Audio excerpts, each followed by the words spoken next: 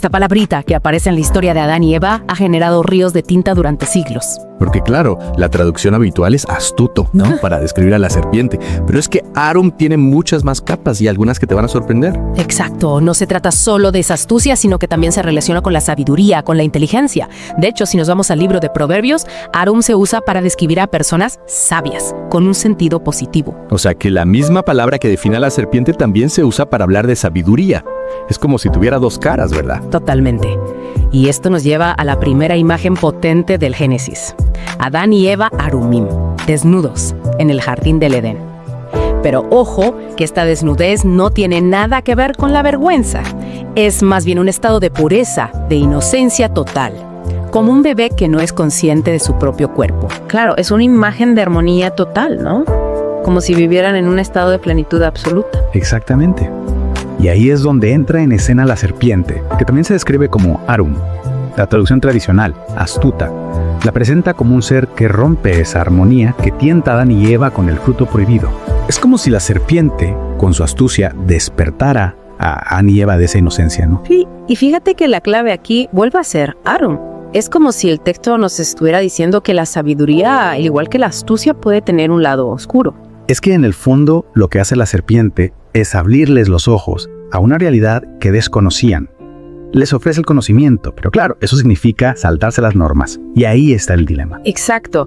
Y eso nos lleva a una pregunta fundamental. ¿De verdad Dios estaba en contra de la sabiduría humana o simplemente temía sus consecuencias? Claro, porque el conocimiento sin control puede ser peligroso, ¿no? Es como darle a un niño pequeño un cuchillo. El cuchillo en sí no es malo, pero en manos de alguien que no sabe usarlo. Totalmente. Y por eso mismo, la historia de Adán y Eva ha generado tantos debates a lo largo de la historia. ¿Fue la serpiente un agente del mal o un catalizador necesario para el desarrollo humano? Porque si lo piensas, gracias a la serpiente Adán y Eva adquirieron la capacidad de discernir, de elegir, de cuestionar, de pensar por sí mismos. Sin duda. Y para entender mejor esta complejidad, es importante fijarse en cómo se ha traducido Arum a lo largo de la historia. Por ejemplo, la Septuaginta, que es una traducción griega muy antigua, utiliza la palabra phronimos para traducir Arum. Phronimos.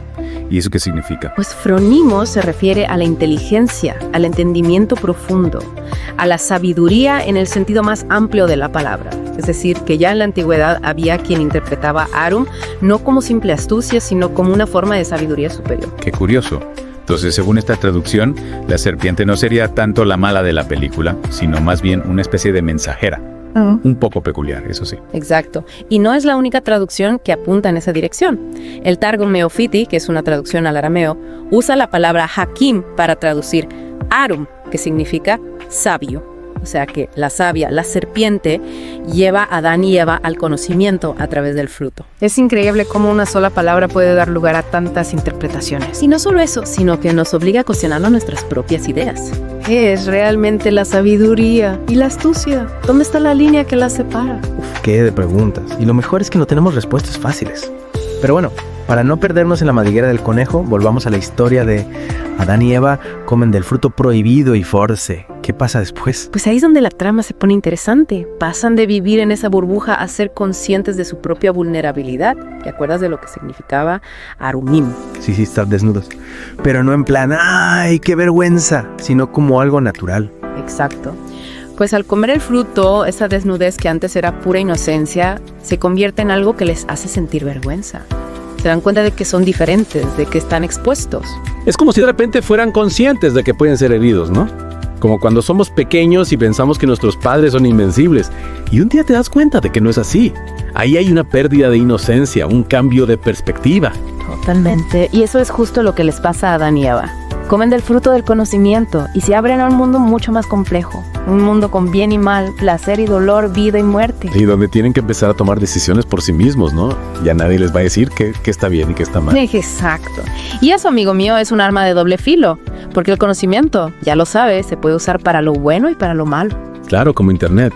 Por un lado, información increíble, conectas con gente de todo el mundo, pero también puede ser un nido de manipulación, de odio. Exacto. Y ahí es donde entra en juego la sabiduría, ese Arum, bien entendido. Porque no se trata solo de tener información, sino de saber gestionarla con responsabilidad. Es como cuando te sacas el carnet de conducir. No basta con saber mover el volante, ¿verdad? Hay que conocer las normas, ser consciente de los riesgos. Totalmente.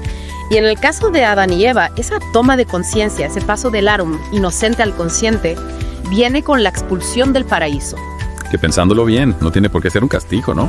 A lo mejor es simplemente una consecuencia natural de su nueva condición. Es una interpretación interesante. Podríamos decir que no es tanto un castigo divino, sino una metáfora del proceso de maduración. Dejamos atrás la seguridad de la infancia para enfrentarnos al mundo real, con sus cosas buenas y malas. Y en ese mundo real, con sus luces y sus sombras, es donde la palabra Arum cobra aún más importancia. Porque ya no es solo sabiduría o astucia, sino saber usar nuestro conocimiento para construir algo mejor. Exacto. Y aquí me parece brutal la frase que dice Dios después de que Adán y Eva coman del fruto. El hombre ha venido a ser como uno de nosotros, en cuanto a conocer el bien y el mal. ¿Y eso qué significa? Que a pesar de la Dios reconoce en la humanidad una nueva dimensión. Ya no son solo criaturas inocentes, sino seres capaces de comprender la complejidad moral del mundo, de tomar decisiones. Es como si Dios viera en ellos un reflejo de sí mismo, ¿no? La capacidad de discernir, de elegir. Exacto. Y eso nos lleva a la última capa de Arum que vamos a intentar entender. ¿Te acuerdas al principio cuando dijimos que Arum también estaba en Proverbios? Ahí se usaba para hablar de gente sabia, sí. Eso es. Y eso nos da otra perspectiva sobre Arum como algo positivo.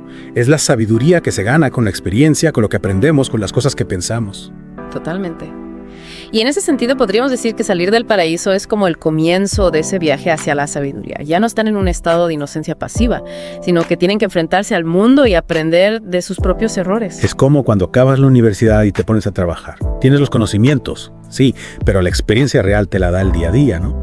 Los problemas que surgen, las decisiones, trabajar en equipo. Sin duda.